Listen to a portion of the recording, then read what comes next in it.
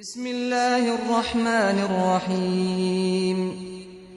يسبح لله ما في السماوات وما في الأرض الملك القدوس العزيز الحكيم هو الذي بعث في الأميين رسولا منهم يتلو عليهم آياته ويزكيهم ويعلمهم الكتاب والحكمة وإن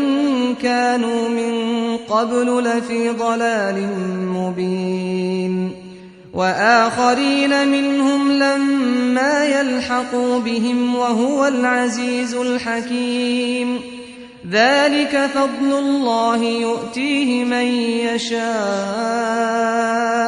والله ذو الفضل العظيم مثل الذين حملوا التوراة ثم لم يحملوها كمثل الحمار يحمل أسفارا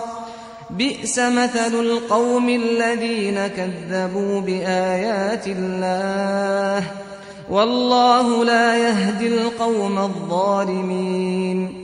قل يا أيها الذين هادوا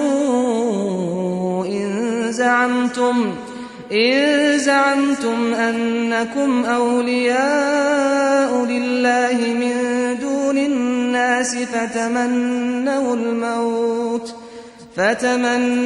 الموت إن كنتم صادقين ولا يتمنونه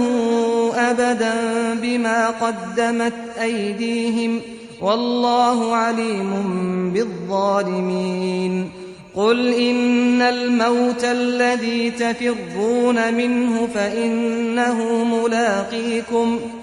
ثم تردون إلى عالم الغيب والشهادة فينبئكم بما كنتم تعملون يا أيها الذين آمنوا